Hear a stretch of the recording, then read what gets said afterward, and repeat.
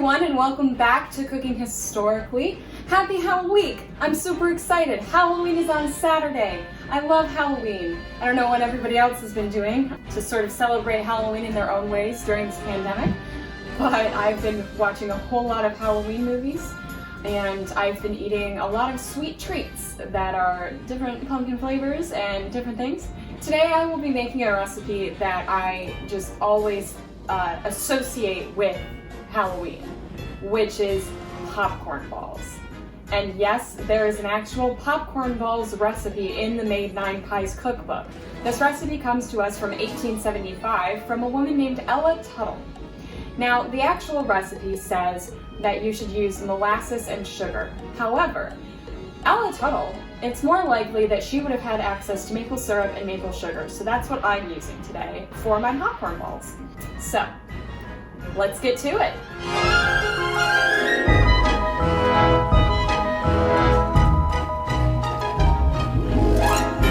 As usual, let's start with listing the ingredients we're going to need. Firstly, you need a cup of maple syrup and a half a cup of maple sugar. I've just sort of put them together at this point in the same container, which I will be putting into my pot that I have on the stove, because we are going to be basically making a caramel with maple syrup. Now the next thing you need is it says 4 quarts of popcorn, and I couldn't figure out how I would measure that out because I don't have like a quart container. So I just sort of guessed, and I'm assuming that's around 2 bags of popcorn. I could be wrong, but you know, we're doing this how we can. And the next thing you're going to need is also butter. We're going to be putting that in with the maple syrup and the maple sugar on the stove. So the first thing we are going to do to make this recipe today is prep our popcorn. So for me, that meant taking popcorn that doesn't have any butter or anything like besides salt on it and putting it in the microwave, because we don't have an air popper that does actual popcorn kernels anymore. So I was sort of limited in that way. That would be the more authentic way to do it, but this is an easy way to do it too. So it ended up being about 2 bags of popcorn, and of course I had to get a giant bowl for this. And so I've got my giant bowl of popcorn. And then the next thing I'm gonna do is turn on my stove to a medium heat. And you don't really wanna turn on your stove too much before you start doing this, because if the pan is too hot when you put in the syrup and the sugar, it's going to burn really badly, and we don't want a burnt sort of caramel mixture. So once the pot I have on my stove is starting to heat up a bit, I'm now going to add my sugar and maple syrup mixture to my pot. And remember, you're gonna wanna stir this occasionally, because again, we're making sort of a caramel, so you don't wanna mess with it too much. Caramel can be really finicky, so let's hope that the maple syrup helps a little with the caramel process.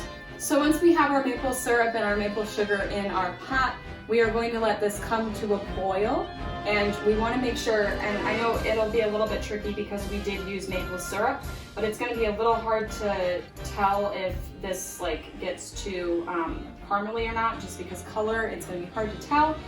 But I'm just going to go with what the book says and bring it to a boil.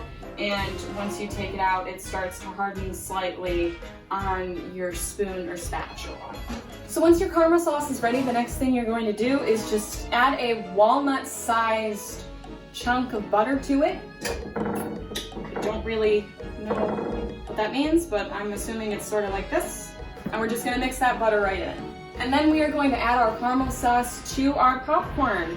So I'm just gonna pour this all over my big bowl of popcorn, and we'll see how this goes. Roll up the sleeves, I guess. And then I'm just gonna mix this up to make sure that all of the popcorn is covered. So once my popcorn is all good and covered by the caramel mixture, the next thing I'm going to do is wait for the popcorn to cool a little bit. So I've got a baking sheet covered in parchment paper ready for this, because this was the best idea I could think of to make sure that the popcorn balls don't just stick to everything. And I think my popcorn is ready for me to be able to handle, so I'm just gonna go for it.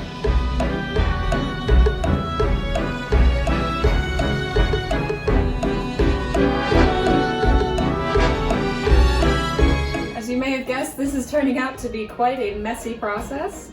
but that's, you know, when you're making popcorn balls, I guess that's something you should probably be prepared for.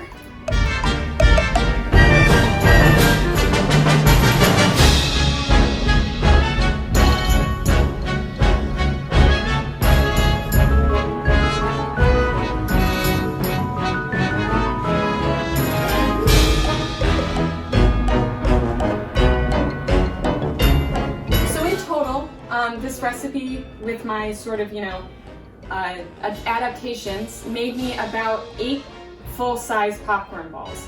So it's quite a lot. So I'm gonna wash my hands and I'll be right back. See you in a couple seconds. All right, so I'm back, hands freshly cleaned. Honestly, it feels a little bit like I had a sugar scrub. My hands are so soft. And I'm just gonna let my popcorn balls sit for a little while before I let anybody enjoy them, just to make sure they harden up and stay together. But otherwise, that's it. That's how you make Ella Tuttle's popcorn balls from the Made 9 Pies cookbook. I think it's so cool that there was a recipe in Made 9 Pies that I could use specifically for Halloween week. I've been waiting to use this recipe for a long time, ever since I got the book and I saw the recipe. So I'm glad that I got to make it this week, and I'm glad that I got to share it with you all. Happy Halloween!